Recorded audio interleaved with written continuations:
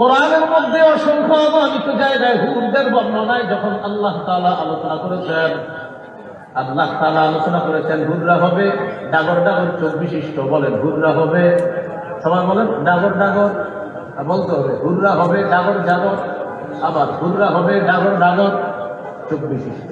কানা রাসূলুল্লাহ সাল্লাল্লাহু আলাইহি ওয়াসাল্লাম আযীমাল আইনাইন, আল্লাহ নবী দুনিয়াতে ডাগর ডাগর চোখ বিশিষ্টের অধিকারী ছিলেন।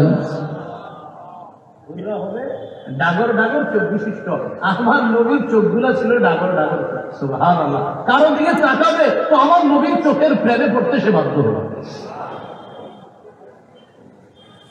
এই হলো চোখের বর্ণনা।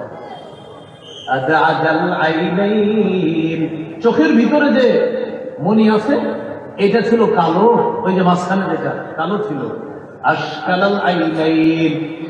আর ওই কালোর পাশে যে সাদা অংশটা ওটার মধ্যে একটা লালিমা লালিমা ভাব, মাঝে কালো পাশ দিয়ে লালিমা ভাব, চোখের সৌন্দর্য দর্শকের সামনে আরো ফুটিয়ে তুলবে।